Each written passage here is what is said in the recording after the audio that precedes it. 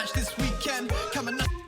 There's a match this weekend. Kamanashi come to clash for the street cred. No hands when you stand on the land. Stay steady or you're gonna take a splash in the deep end. Fighting the water so buoyancy matters. So bounce and rebound to avoid your attackers. Be prepped, it helps if you could double up. Thought it was easy when we burst in the bubble, but never mind all the tough talk. Just step on the platform ready for the rough sport. Keep your eyes on the stage, yo. 8 exclamations when we shout out Keijo.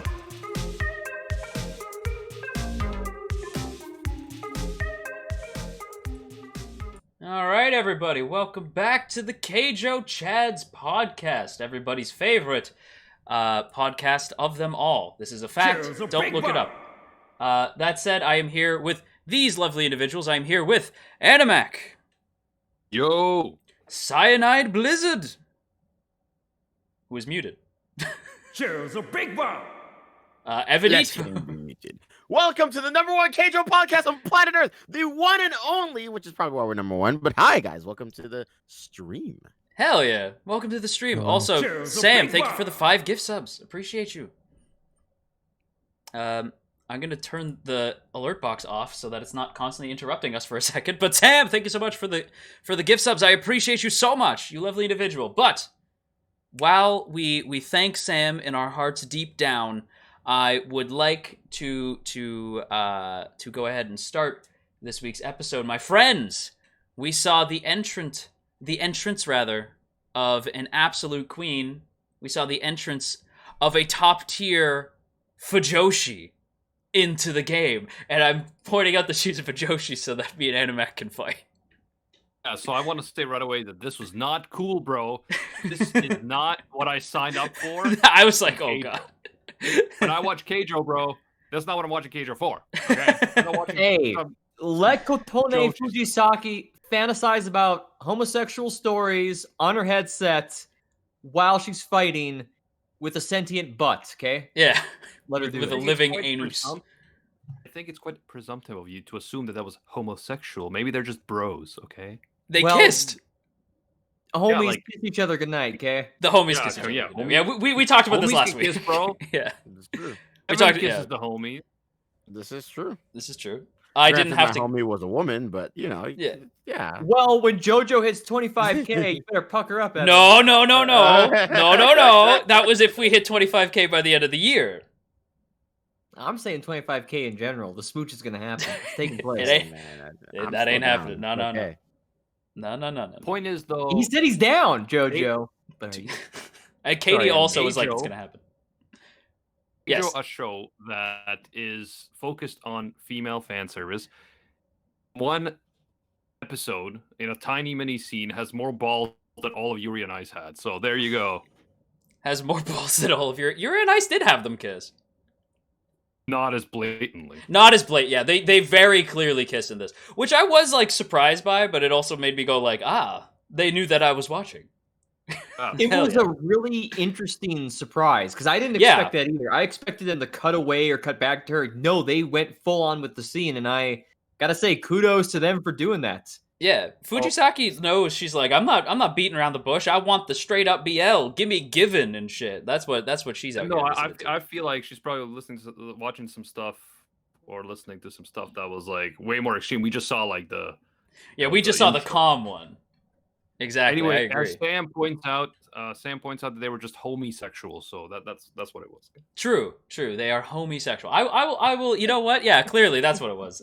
We will all agree that they were definitely homosexual. They were gay. Yeah, They were of super course. gay. I think we're all a little bit homosexual here, guys. Everybody's a little Obviously. homosexual. But yeah. But speaking of Fujisaki, can we point out that we see the emergence of Cerberus, which I forgot about until I saw it. I was like, oh yeah, that's why the girl was chasing her with her ass last week. Yes, Cerberus, the ass from hell, the sentient ass from hell, loved it. Mm-hmm. I will say, We're starting to get more into the fantastical with this, if you don't mind me saying real quick, JoJo. no, and absolutely. I love it. I absolutely love the logic behind it, how it works. This whole fight is fantastic. I also love this piece of land that they're on as well, too, which constantly shoots water out and makes the entire surface slick. It's just, I love the ideas of all these different lands and how they come into play. They're really intricate and interesting. Yeah, like that's the thing, right? Because it's like you think that you kind of get a handle on what Keijo is, and then it throws more curveballs at you, right? Where it's like, also this Yeah. land it gets slick, and this girl's ass is sentient, right? It's like we're getting weird now, and I like it. But yeah. Also, I want to point out that I don't think Cerberus makes a whole lot of sense as a name. I thought it should have been Fenrir, because Cerberus is a 3-headed dog. She has one ass. The silence. Everyone's like, no, shut up. No, that's a very good point. But I think that the whole point was that Cerberus is more, I guess, well known, and it's probably a reference to something specific in another anime. I would assume. It has to be, only because like at least I assume it has to be, just because like everything's been sort of like referencey. I mean, I guess like if you said Fenrir, it could have been a reference to Final Fantasy, but they're going. I would bet more than anime. anything else, it came down to the mangaka's knowledge, and that's why we got Cerberus as opposed to Fenrir. That's what I would bet more than anything else. Yeah, because Fenrir is generally more associated with Western, and while Cerberus is too, so I'd say Cerberus is probably more well known commonly among the Japanese than Fenrir is. I'm not Japanese. I don't live in Japan. I don't talk to people who are in Japan frequently, so I can't attest to that. But I would venture to bet that being the case, because Cerberus is an odd choice. Like I get the fact that she's able to clamp down on swimsuits with her ass, and how it kind of works and interacts. I get the whole, beastly dog type thing. All right, I understand the direction they're going, but Cerberus was really weird, because that's the thing. 3-headed guard of hell. Okay. How does this tie in though to her ability? Yeah. Even when it takes like a shape, and when it's moving around, we don't really get the impression that it's 3 heads, kind of hitting from 3 different directions, or there's something that has in line with the mythos of Cerberus. Mhm. It's just, it's Cerberus. Yeah, exactly. Okay? Yeah, I have to agree. I love how scientific Cyanide is getting. It's like, it's just an ass, bro. No, listen, like we all do this. All of us have done this at several points of this podcast where we get like way in depth, and then one of us is like, I like the part where they showed all the fan service. just to bring us back. Usually that would be Evan, but yeah. Hey, I guys. like it. No, there are technical aspects of Keijo that I do enjoy. Like the animation going in. Zebek Zebek is like going in on a lot of episodes of Keijo, which you love to see. Zebek, bro. Anyway, I just want to say that if I'm muted at times, it's because I'm in a small room that has like the heat just went on and it's pretty loud, so that's why I'm giving you a heads up if I'm silent, because I feel like it's gonna get in the way. No worries, But no worries. Just to say, I think that he had some great fan service in this episode, like when Nozomi and whatever the girl's name is, I don't know, Fujisaki. phone's girl, when their asses lock and you get the below shot, that was something, bro. Yeah.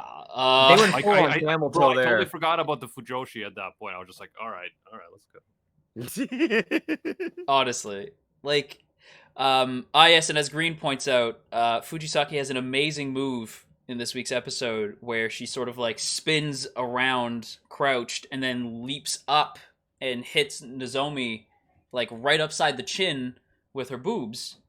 And they call this the Sure You Cans. The moment I heard that, I knew JoJo was gonna pop. So Exactly. I'm like, how can you not pop for the the dragon uppercut reference from Street Fighter? That was amazing. Yeah, because I was like, I didn't catch it at first. It was Green Knight, like when because Animak, Evan, you guys missed it, but I forgot to watch the episode again this week, so I was like, shit. So I watched it on stream. just that's why I streamed it. But yeah, obviously ducking copyright and all that fun stuff. But It's Yeah. not your fault. It's not like you came up with the idea for the podcast. yeah, it's definitely not like it's my idea. Yeah, that would be silly. But yeah, yeah, so I watched it on stream and I missed it at first, and then Green's like, "Did you see that they called them they called that move the Sure You Cans?" And I was like, because I'd be a fighting game boy. So yeah, that was a hell of a surprise. I personally did not catch that, so that is really cool, because obviously I am familiar with Street Fighter, but like it's not something that just popped into my head when I saw that. Yeah, I don't So think that it is popped cool. into my head at all either. Yeah. That's fair. I I mean, I think- smiled immediately when I saw it because everything made sense, especially with how she played it up too. Because JoJo, you know this as well from a fighting game. Like that's what you do. Like that's sort of the combo moveset you do. And I saw it sort of as like a hurricane kick into a low, and then yeah. into the Shoryuken. And I was like, oh, that's smooth. That's how you, yeah, that's how you finish with a big, like a rising uppercut. That's usually a good finish to a combo. So I was like, oh my god, this is brilliant. And you know, Animak, Evan is all good, lads, because like you know, it's better you guys don't play fighting games because then I don't have to destroy you, and I'd feel bad about it. So, Would, bro. I cannot understand why people like Smash. Every time I try to play it, I don't know what I'm doing. I don't know what's Ooh. going on. So I'm not. I don't get it. But you know what? That's cool. I like will fighting say games. I'm terrible at Smash, so you're okay. that I'm I also will shit at say, Smash. another cool thing about this episode is the fact that, like, you know, most of Keijo so far up to this point is them showing techniques that they've been doing with their butts. Yes. But in this episode, like she shows, okay, like it's not all about my butt, and she does the show you can with her boobs, you know? Yeah, And so it's like, oh crap, like that's just like people can be different. Not everyone has to just use their butts. that's why I like it's very Mio a much lot. bait and switch. hmm Like that's why I like Mio's move a lot, like the titty hypnosis, right? 'Cause Yeah, it's like, exactly. yeah, like it's just moves that you don't see. I feel like the Opie needs more love in Keijo because like the booty is like that's like your heavy hitter, right? Like the booty Exactly. is where you get the most impact. But yeah, the Opie need more love too, right? Like we've seen Non use her Opie as sort of like a nullification, right? The Opie and the booty. But yeah, it's Yeah. rare we see the Opie used. So I liked seeing Fujisaki like do the sure you cans move. I really appreciate that. And like the sort of like grapple they did at one point where they both just like dove at each other like boobs first, you know? Yeah, and one thing I will say, I thought it was great how they had fight the whole Nozomi versus Cerberus girl fight. I thought it was like a well done fight. Nozomi really had to earn it. It was not a done deal in terms of what was going to happen. And then when Nozomi wins it, you really feel like, yo, this was cool. She really earned it. Mhm. And we also learned afterwards about Alba, because we know that Alba lost, but she still got into the elite program. They all did, all four of them. And it turns out that the girl who used the titty hypnosis, she wasn't supposed to. That move was forbidden, but she felt compelled because Alba challenged her so much that she felt like she had to use a She forbidden had to move. use yeah. That's something we didn't know in the previous episode. Yeah, the fact that there are not only forbidden moves, which we kind of got an estimation of that because of the vacuum butt cannon, which we understand the consequences of that, but now we have an understanding of forbidden moves or moves that are not allowed at all. And yeah, it's really just adds to a whole new level of depth in terms of just how far can you go and what exactly quantifies a forbidden move. And Yeah, those titties are just too pog. You gotta nerf. They draw too much attention. Too strong. But yeah, definitely. I like that. Well, and it's a way that you like. It's a smart way because you keep Mio strong. You know, like you still keep her as like a badass because like, oh, she can use this move. Like they can't use it on first years. It's super like frowned upon. But it also makes Alba like not only move forward, but like it also keeps Alba strong because it shows like, oh, she like an elite, someone of the elite had to actually use this like crazy intense move just to take out Alba. Otherwise, she definitely would have got her. So I really like the way that they handled that. And I remember you saying last week that you didn't remember that Alba didn't make it. Yeah, And you were a bit concerned about that because she's your girl. that is my girl. That is my best girl. And I like the way they did it. So they didn't have all four of them just to make it outright. Like, so they weren't too OP. There was an issue where one of them didn't make it, but then they justified how she also makes it into the elite in a clever way. So I thought that was good. Yeah, there's a lot of like good ducks, like in like sort of swerves in the show where like the plot goes one way and you're like, oh, I didn't know that. Okay, like I didn't think we were going there, and then it kind of swerves back and it's like actually we were doing the thing that you were expecting. We just made you think that we were doing the thing that you were expecting. Yeah, I like that a lot. Yeah. The swerves it are was top tier. I like the swerving in this show. Yeah. I was a It's- bit surprised in terms of how quickly the girls came into the elite program. I don't necessarily think in terms of a pacing for a television show it's bad, but in terms of their overall progression from the time we've been with them, it does feel a little fast. If I dare I say I actually offer a criticism here. but I also think at the same time it works well for the show. We're nearing the halfway point. Yeah. And they've already teased a looming challenge on the horizon that they'll be facing in the near future. So we're certainly not reaching the cream of the crop, the top of the hill. So there's still far more growth to undergo. But it is interesting how quickly they have all become elite members. Yeah, Yeah, and I I'm think inclined that to part agree. of that is the fact that they only had 12 episodes to work with, Mhm. and no guarantee that they would ever get any more episodes. Which Exactly. is unfortunate because it's such a great show. I have to agree with Exactly. Evan. Yeah, it's definitely unfortunate. The show absolutely deserved more. From what I was told, I think like Chibi had mentioned this, that like the mangaka like had his like was told that it had to end in like 2 chapters or something. Like he got the bleach treatment where it's like, okay, now your story has to end like right now. He's like, oh, okay, so it just got canceled on him That's without. terrible, Yeah, man. Yeah. it's so heartbreaking. No, you read up a bit about it, which I think they cover on Anime News Network, and yeah, it's really unfortunate to say the least. Because it's not like it was doing poorly; it got in 18 volumes, it was still selling well, but they wanted to be wrapped up. But the manner of which the mangaka was told in terms of wrapping it up was ultimately pretty hasty, and I think they were rather displeased by the entire process of it all, which I wouldn't be surprised in the slightest. So yeah, no, Yeah. it's a shame, much in the same aspect of the main heroine facing adversity and overcoming. Hopefully, we won't see the last of the mangaka from Keijo. Hopefully, they'll do something else in the future. Can you imagine And if Keijo came back? is someone like, I don't know how this works in the industry, but like, is the author of Keijo allowed to make more Keijo related content, or is the content basically owned by the manga company? I think Even if though they it's get the rights, or if another company buys up the rights, because there have been cases where one magazine has published a manga and then another one ends up publishing it. So I'm not too sure the full details of that, but I do believe it can be transferred to another publication. I don't know. I think that would probably depend on, like you said, the publisher. Mm-hmm.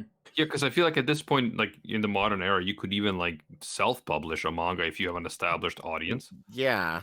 You see that a lot these days. There's a lot of mangaka that resort to Twitter first, and then they end up getting publications from that. We saw that with this Monday offerings, which was from Kiseki Himura, who drew panels every Monday. They were like blue tone panels, and they did them every Monday as they were an offering to people going into 9 to 5 jobs. That ended up getting adapted into an anime, which was it was pretty much a nothing thing. The Miru Tights was another great example of that as Oh, well yes. too. Tights. I love mirror tights. Bro, Same. can I just say that I love how you say anime, because it I've is been more around Pause and Select too long. I Yeah. do it the is joke more until he says it. I was gonna say, bro, it is more weeb, and also you and Pause and Select are the only ones who like make sure that it's like anime. It got stuck with me whenever I talked with Joe. It's like he always said that, and I just like, oh, subconscious type thing. Yeah. I just What up? I just let that slide. I'm like, yep, that's just how he says Well, it. and it's the interesting thing because we're seeing self-publication prove more and more prevalent to helping these creators not only grow far more massively on Twitter, but then also gain publication through these. A lot more people are doing that. You look through a lot more recent manga, you're seeing that the case. I got something pulled up here. Let's see. Yoshinoka is in a bad mood. That was one that started out on Twitter. Gosh, where was another one? Kuno Chio, the precog, deals with precondition. You know, that was started off on Twitter as well. It's ridiculous how many manga are actually starting off on Twitter before they go into publication. That's actually So- Yeah, pretty and cool. like, don't get me wrong, it's not easy. It's not easy to do type of like if you don't have a pre-existing audience to get discovered through self-publication. But if you're someone like the author of Keijo, so you already had a successful manga, you had an anime, you definitely have people who want Keijo to continue. So you could self-publish, get a bunch of people to, you know, support you, and then get a deal based on that, I'm sure. Yeah. Because I want to see that man get a W. Like, I want to see him get a show, not a show, but a series back. And, like, because it's so disappointing because, like, Keijo didn't get an ending, you know? It just stopped. Yeah, and I mean, it was like it is so good. Yeah, So it's good. It's not just how much crap gets a season 2. Harem isekais and all this other stuff. yeah. Which I'm not saying that they're all bad. Handshakers got a season 2 and Handshakers. Really? How did Handshakers Handshake? got like a stealth season 2, bro. Yeah. Well, there's another Gohan show coming out this season, and everyone I know is like, I swear to God, like if this is Handshaker season 3, I'm gonna punch Handshakers somebody. season 3. That's just it. Everyone's like, I don't trust you anymore. Shakers in disguise. Exactly. I would watch that. I did Handshakers crossover with Transformers. Hell yeah. Yeah. Oof.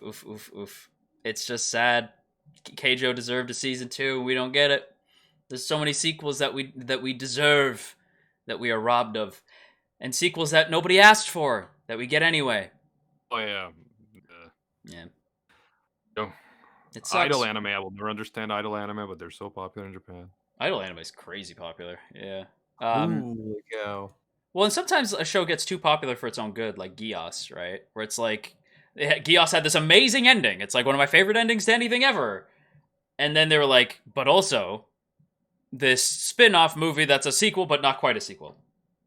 Yeah, It's like, alternate timeline, guys. Yeah, alternate Alternate timeline. timeline. Yeah, it's like, oh, nobody asked for that. Ugh, I don't know. Is it, I think we talked about this. This is off topic, but like we talked about this. The movie's not great, or is it good? I don't Hope know. we get a Cowboy Bebop alternate timeline where Spike just works at McDonald's. That'd be cool. I'd watch that. Yeah. I actually didn't mind the Gias movie. Is it worth watching? I'll check it out. I haven't seen it yet. It was all right. All right, yeah, I'll put it on the to-do list of like a million shows and movies. I see. Yes. But with that said, lads, do you have any other things to bring up about this week's episode of Keijo?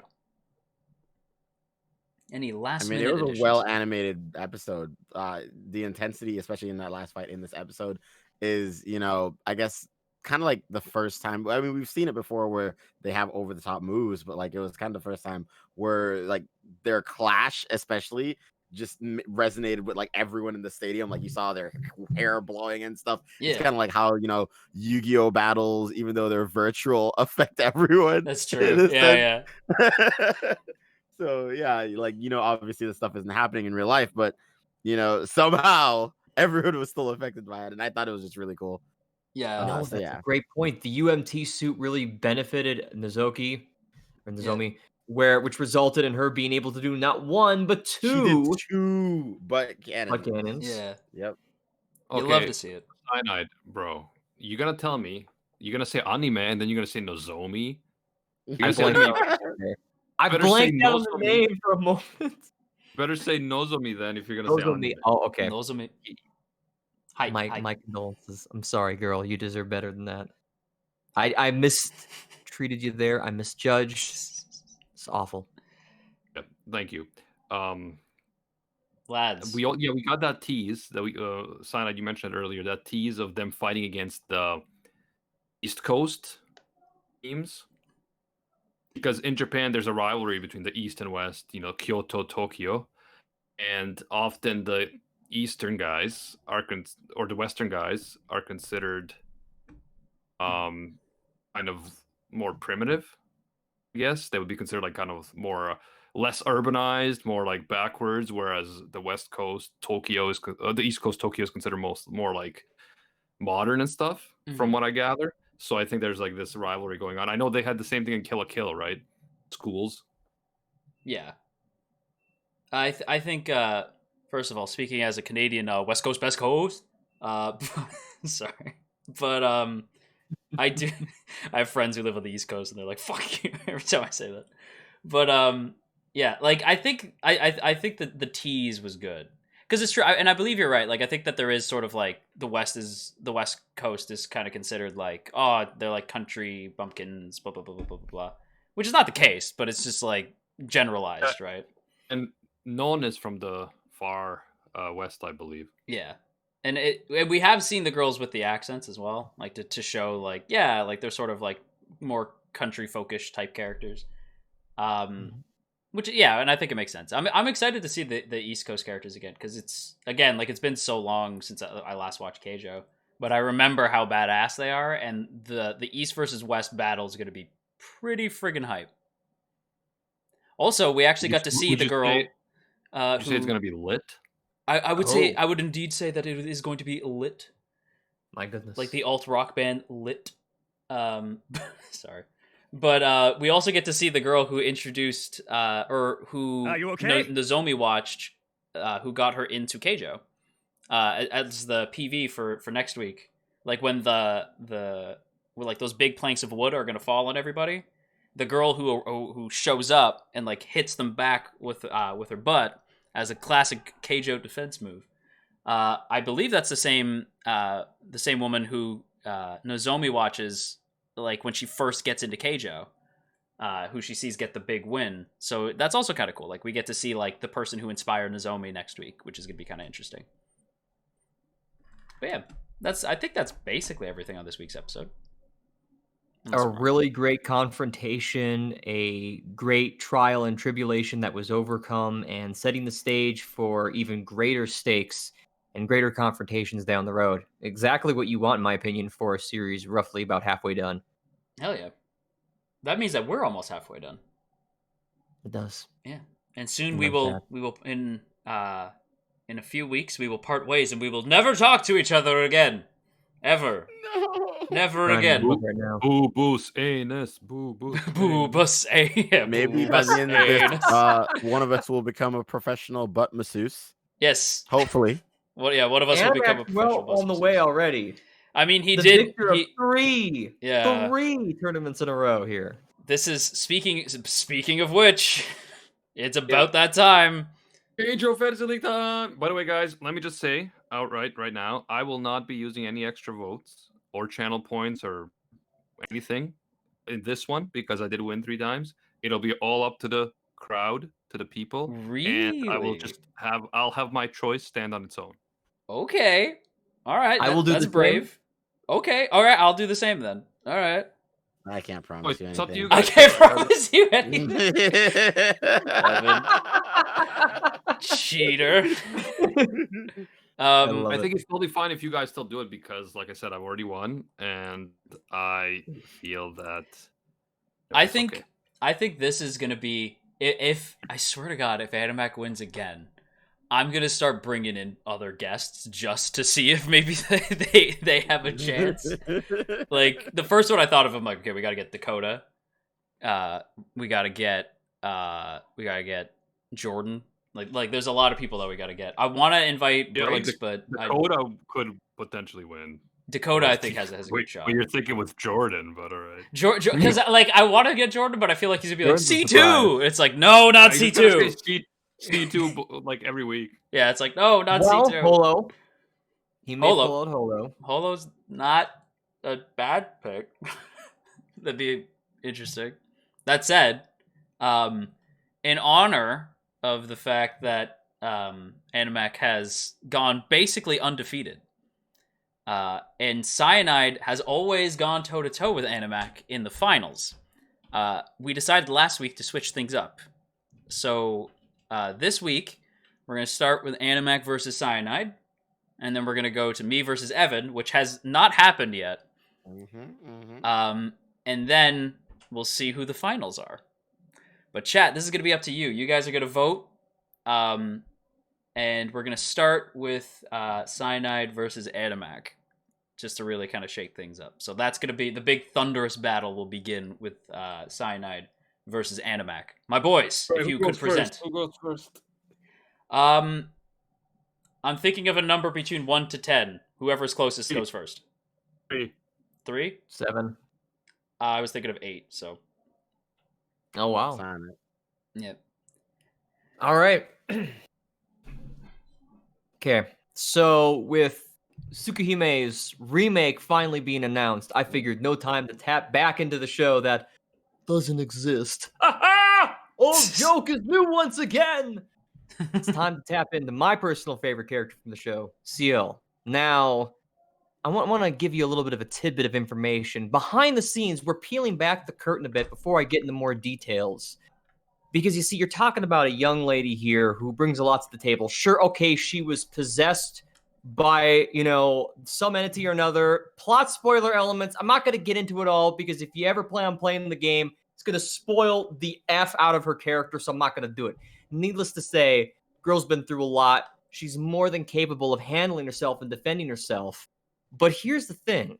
We got some juicy details from the creators themselves. Takashi Takeuchi and Kinoko Nasu, they had a little bit of a conversation with someone, and they were discussing the finer points of each of the characters, of the ladies from Tsukihime. And I want to read to you an excerpt from that.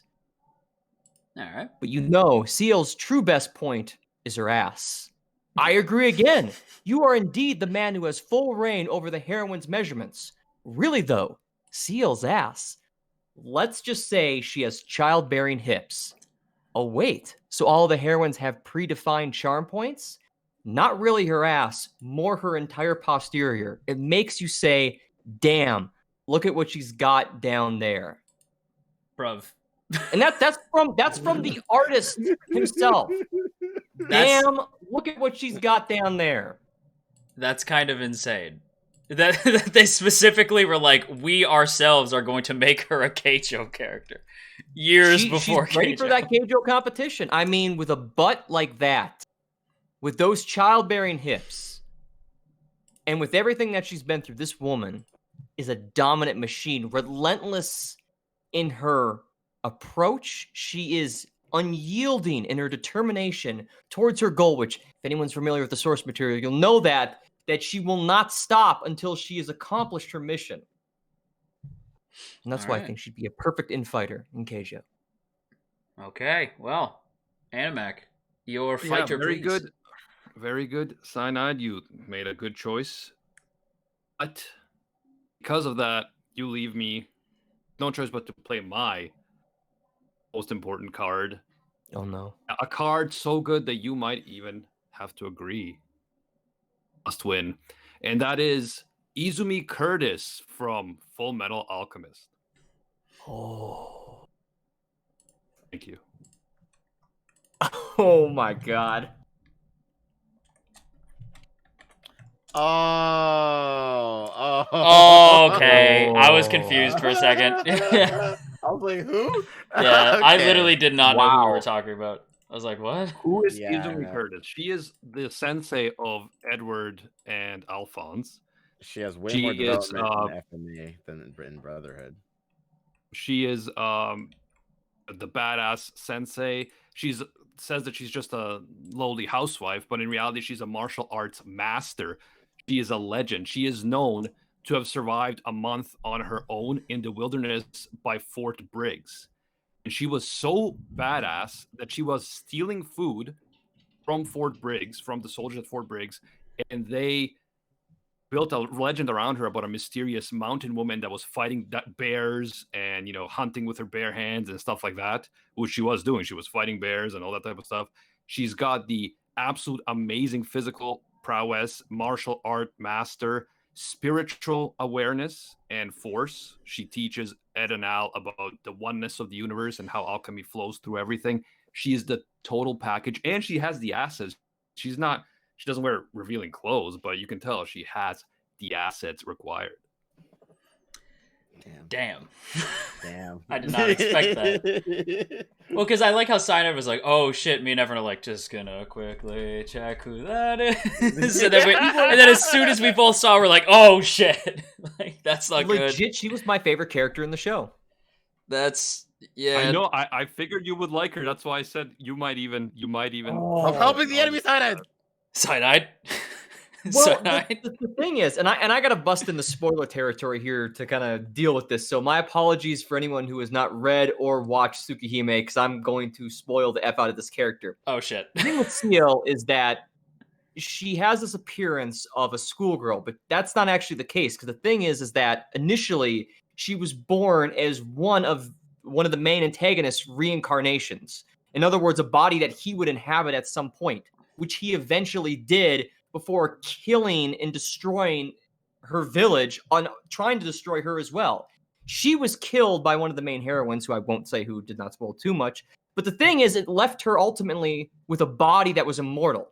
The church then proceeded to test her for a month straight, killing her and having her revived to see if they couldn't purge the evil before eventually she finally became a hunter for the burial agency, which is where you got that one image from. That's ultimately what she does. And she works with her weapon of choice, which I can't remember right now. There's a lot of little details and little nuances there that Kinoko Nasu puts in there. It's been a while since I played the game, so forgive me for that. But the thing is, they're both characters that when you first see, you don't suspect what they're capable of. But when you see them in combat, they completely dominate their opponents. By no means are they unstoppable, but they also take great pains to train essentially the main character of each story. Shiki from Tsukihime in aspects and degrees, and Alphonse with Full Metal Alchemist. So if there were two people to meet in a competition, these two would be it. Oh my god, I actually really want to see this.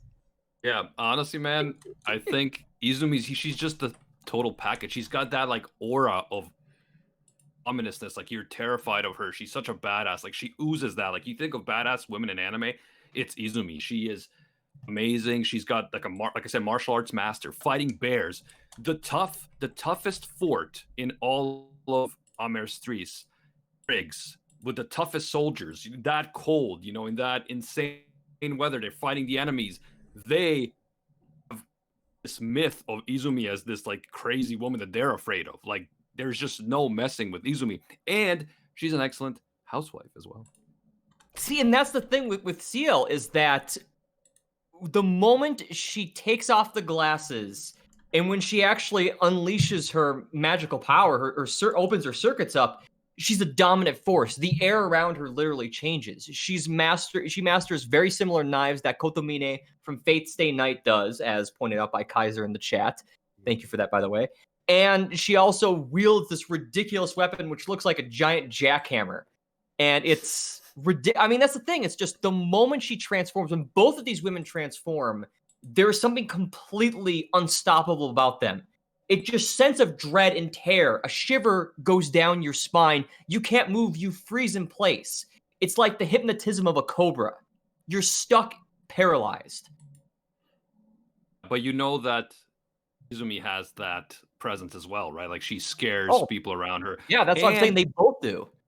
And Izumi has great decision-making abilities because her husband is best boy, Sig Curtis. All right, lads. I feel like we've all said everything we can. I feel like it's time to let the cards fall where they may. We could both probably keep arguing, but you're right. We should stop it there. And I'm gonna up it to 100 channel points / 100 bits because I feel like last time we used one and the chat went insane. So I think we're gonna do 100 just to keep it a little bit fair. But yeah, chat, it's in your hands now. Who wins, Izumi Curtis or Ciel? May the best woman win. Yeah, I am curious. Oh, that is not what I expected. Ciel with a pretty sizable lead. Oh, maybe not. Oh, it's slipping. Izumi's catching up. But it's still but is it going to be enough though? That's the thing. I don't know, chat. What's about to happen? Anyone in your chat has that points. Oh no, it's going up. Are you shitting me? Oh my god, it's gonna get close. Oh no, CL's pulling ahead. CL says 9. None of this. Puts the kibosh on this. It looks like this is it. This might be it. CL won. Oh man, let's go! Oh my god, the king dethroned, bro. The upset. The upset Finally. of the year! Oh my god, it was close though. It was super close. Wow, green contributing 7,500 channel points. Oh my god. Congrats, my boy Cyanide. Congrats. Gentlemen with 200 bits, boys. That was one hell of a fight. That Like- was 9 vote difference there. That was close. That was one hell of a fight. That was one hell of a fight. All right, lads, the king is dethroned. So now it's a squabble amongst the peasants as as we get into this, as the next fight begins, and it is I versus Evanit0. Animak.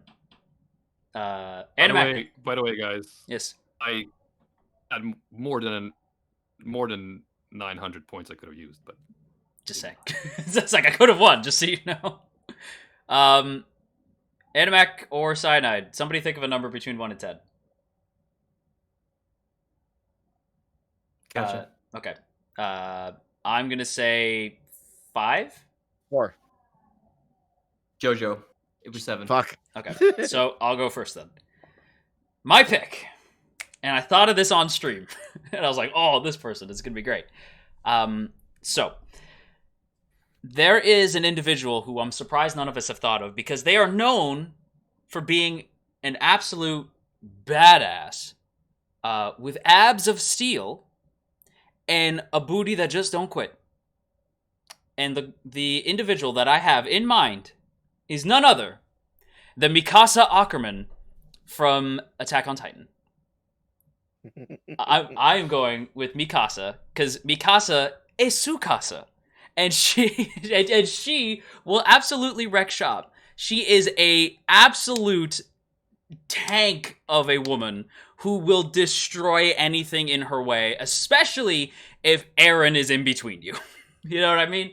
She is there to wreck shop, take names. It's not even gonna be close. I'm not even worried about what Evan's about to say, because Mikasa is here to win, okay? Mikasa is the true king of badassery. I have full faith.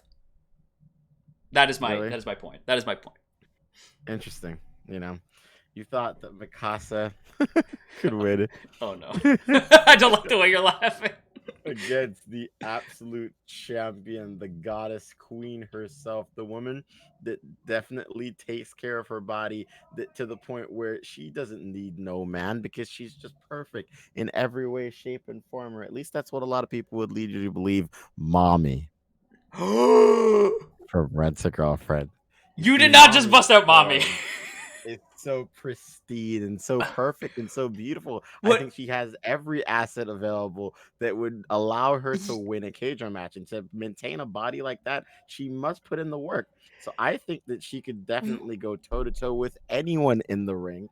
And by far, she can definitely win the Keijo match against Misaka. Sure, Misaka might have abs, but Mommy has the form. Have you seen Mommy's abs? She doesn't have as many, but like she's toned very, very well, I might add. So just saying, I think that Mommy is the clear victor here and should be the queen of Keijo. I know you did not. The fucking betrayal to pick mommy. Like, Betrayal. This Because is if she loses, that means that I get to beat Cyanide at his own game. He likes Mommy. Oh, that's He has to evil. watch his waifu lose. This is cruel. So either way, that's fucked up, Evan. Because I was like, that's either way. You're a terrible man. This is cruel. Unbelievable. This is so messed up. Either Fiend. he watches his waifu die from afar, or he kills her himself. That's fucked up. Okay. Here's my counterpoint. 1, mommy worse girl. 2, no, okay. Mommy is an interesting villain, right? She is known for her mind games, that's sure. But is she really gonna be playing mind games with Mikasa Ackerman? Mikasa don't have any, like, Mikasa has a one-track mind, okay? Like, you're not gonna be pulling mind games on Mikasa. Like, that just isn't gonna happen. And Mommy, as we know, isn't necessarily, she doesn't really have the body for Keijo. If we're being super honest, need we forget that time that she saw Chizuru in the swim out in her bikini and absolutely, like, got embarrassed because she did not quite, as you say, stack up to that kind of competition. So she had to zip up her hoodie in shame. That's all I'm saying. I'm not saying Mommy's not beautiful. She is. But what I'm saying is that I don't know if she has all the right moves in all the right places in the same way that Mikasa does.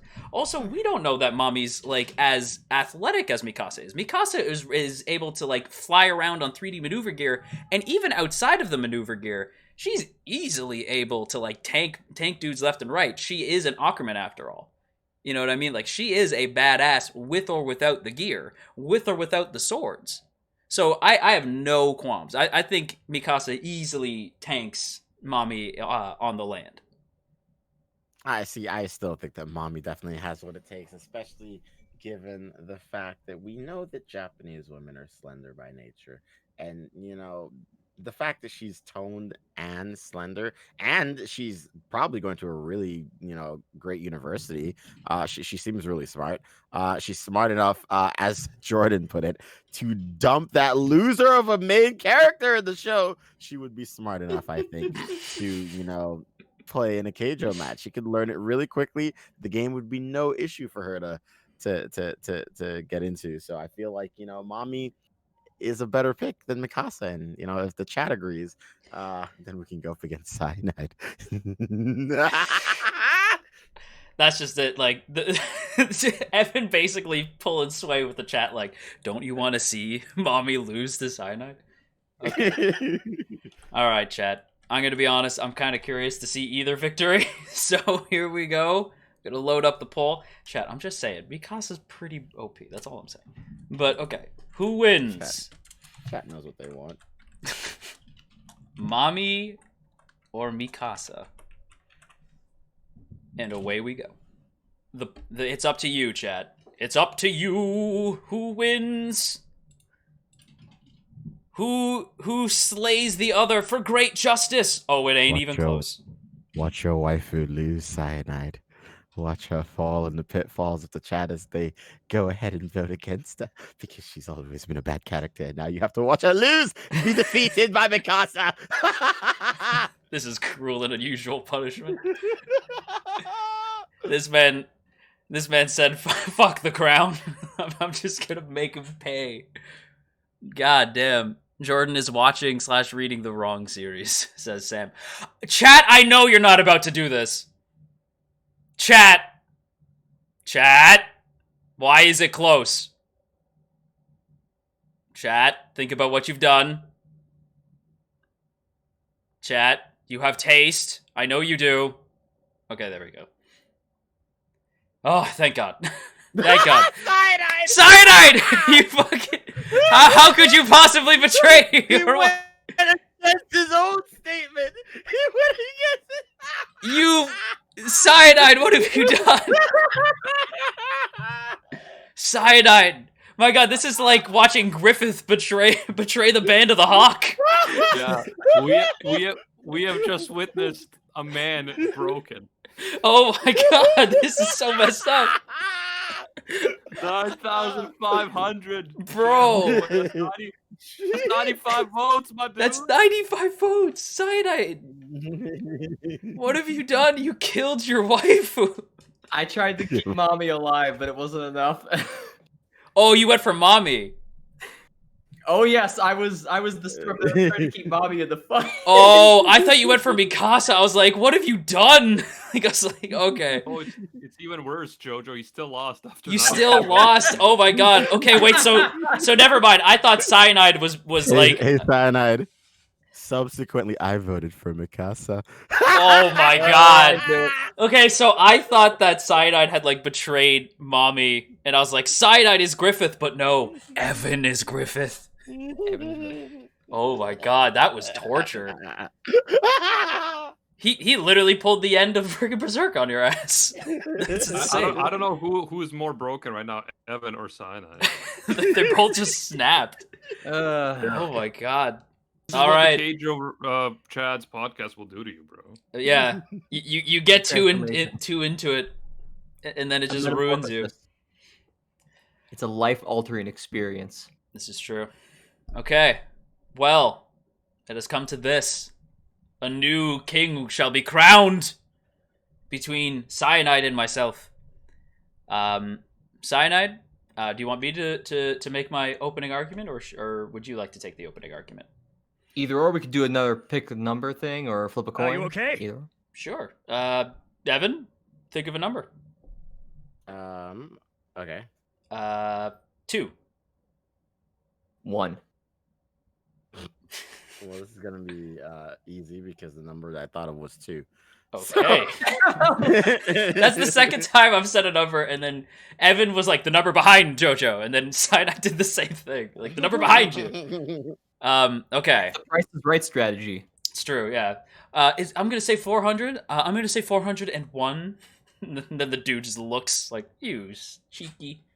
Okay. Oh, absolutely. All right. So I shall go first then. Okay. Ladies and gentlemen, I have not seen Tsukihime, unfortunately. So I cannot, although I do know that the remake is coming, so I will be checking it out. That said, I cannot make any sort of counter attacks at CL because of that. However, I will say that despite what the creators have said, I see no childbearing hips. No childbearing hips that could possibly compete with the absolute queen of asses and abs that is Mikasa. I think Mikasa absolutely takes this. I think Mikasa can tunnel vision, get the job done. Nothing's getting between her and her mission. And I think Mikasa absolutely slaps CL in a Keijo match. I don't care if this is Keijo like on a regular land. I don't care if this is like the multiple connected lands where like the thing is smaller. In fact, if it is that, Mikasa's gonna have an easier time because she got the balance of a ballerina with the fury of a bear. She is an absolute tank. And I think no matter the land, no matter the match, Mikasa easy takes this. I think Mikasa has been one of my choices.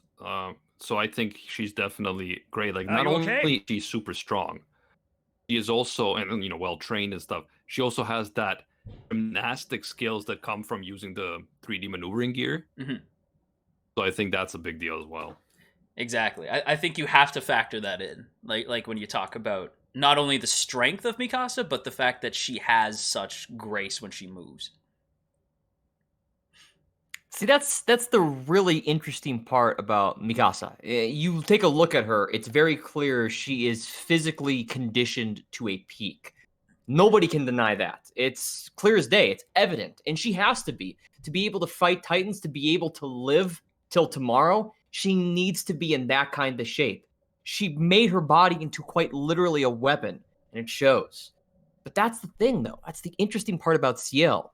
It's no different than that. Her body has extremely high physical and magical potential, allowing her to jump to and from the tops of lampposts, leap from buildings and between rooftops, carry a person at a full sprint without breaking a sweat.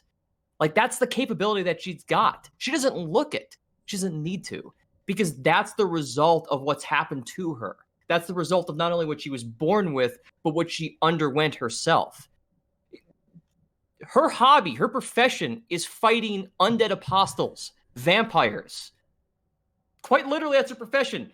Fighting Titans, fighting vampires. And we're not talking like Twilight level vampires. We're talking, we're going to rip you to shreds, summoning Hellspawn itself to destroy humanity. We need to save the earth, otherwise we are fucked. Kind of vampires right there. And that's what Steel brings to the table. Not to mention, as I said, you may look at it, you may say that, but these childbearing hips, that immense posterior, those words come from Takashi Takerushi, who is the artist behind the character design of CL. Straight from the lips of the artist. Back in 2001, this was mentioned. So this isn't like this is some recent thing. This was hot off the presses, but a year after the game first came out in Japan. I see. This lady's bringing it to the table. She's ready to step up to the plate. And she's ready to take whatever. I mean, after all, the woman can't die. She's immortal. But here's the thing, though. You don't have... Being immortal doesn't factor into the beautiful world of Keijo. Because everybody falls at some point. You know who doesn't fall, though? Only one. Mikasa. And Mikasa ain't losing. But she primarily utilizes that pack, correct? That device, allowing her to navigate around because they have to. They have to avoid Titans because Titans have a monstrous reach. However, CL doesn't use anything like that. Now that's her fair. arms, her legs, her natural abilities, that's what she uses to maneuver around. So in other She words, I has think we can weapons too, though. she does have weapons, but she wouldn't be using them in this. She'd Yes, just be exactly. using her natural abilities. And as I said, she can leap high and she can carry a whole person running full speed without breaking a sweat. Ah, but here's the thing, though. While yes, Mikasa is used to being in the 3D maneuver gear, she still has the blood of the Ackermans in her veins. A very family meant to bring pain and devastation to anyone who doth fuck with them. Well, And so- JoJo, you want to talk about fucking? you okay? You can have sex with CL in Tsukihime. Well, damn, I guess Tsukihime... No, I was like, well, damn, CL wins. No, I'm just gonna say. I mean, as it, like, but here's the thing, though.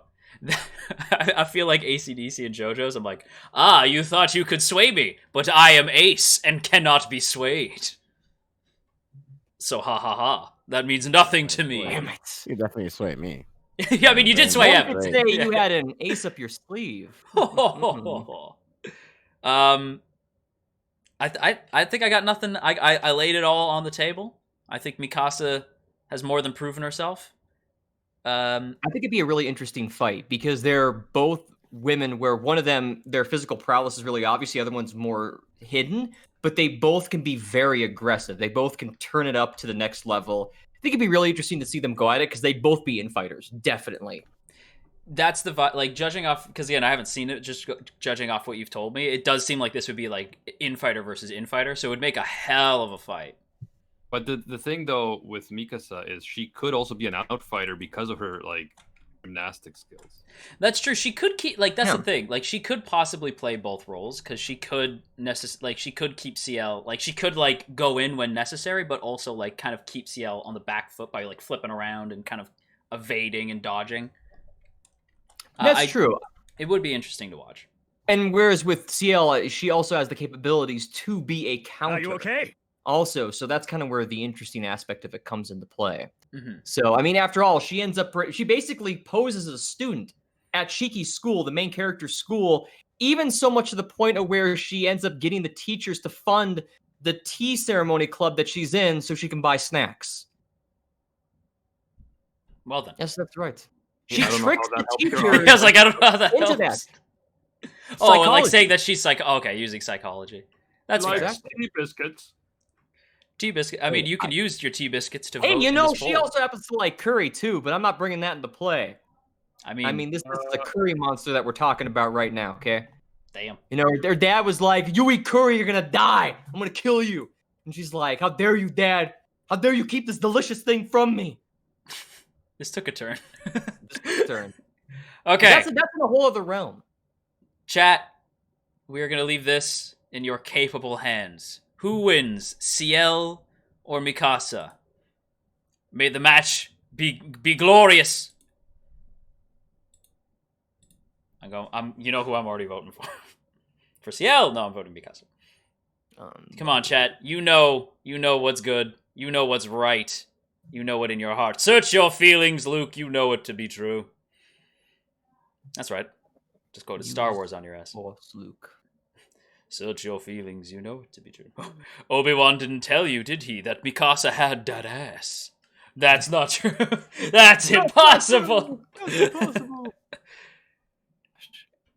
Kaiser points out, curry in an ass fight. Okay. Hey, why not? That might get messy, as they say. Oh, And it seems as though the true victor has already been claimed. Just about over. And I reign victorious! I am victories! I am the king! My first decree is that we will have Fujoshi Tuesdays! Oh, bastard! I would have voted that, against. All right. Question for you, congrats. lads. My girl Mikasa, Sam the Gumhead with 800 bits. Holy and shit, Knight with another 7,500 lads! channel points. You guys went in. Holy crap! That was a hell of a good fight. Now listen, my friends. I have a question for you. go nuts. What if next week we bring in a guest? I'm gonna have to change the layout somehow. But what if we bring in a guest? And we have like attorney with King going last. And we continue to do this for the rest of the podcast. You guess? What do you mean? So it'd be the winner so it'd be of the 4 bracket has to go against the King. current champion? Yeah, who is me this time. But like likely probably gonna change. But let's be real. But Animak is gonna regain its. yeah, exactly. I'm like Animak's probably gonna get his crown back like next week. But so we have a guest come on and enter the tournament. So we still have like 4v4, but then there's a final round where they go up against the current champion. Does that sound cool to you, or do we just want to continue the way we've been doing? I'm down to spice it up. Why not? Okay. Yeah, why not? I like Alright. this. That'd be really fun. Yeah. And then maybe for the last episode, we can try to see if we can coordinate and get all the guests together for like a big tournament or something. So That far, might- it's only for 4 of us. JoJo, I actually have a really good idea what you mentioned, but I'm going to say it in our Discord chat because I don't want to put it out here yet. I want to keep it on the down low just in case. Okay. Right on. Okay, that sounds cool. All right then. We'll look forward to a possible guest. It's probably going to be Dakota if we can get him to say yes. But look forward to a surprise guest. Oh, gee golly whiz, I wonder who it could be. But with that said, everybody, we have been your 4 Chadly individuals for the evening. So I want to thank my boys for joining me, as always. Thank you, Animak. Oh, my pleasure, man. Thank you. Thank you, Cyanide, who has muted. Pleasure was all mine. And thank you, Evanit0. I'm glad I got to crush Cyanide. Oh my god. Okay. Somebody please send this episode to Jordan when you get the chance. And until next time, thank you so much for joining us. We will catch you guys in the next one. Bye-bye.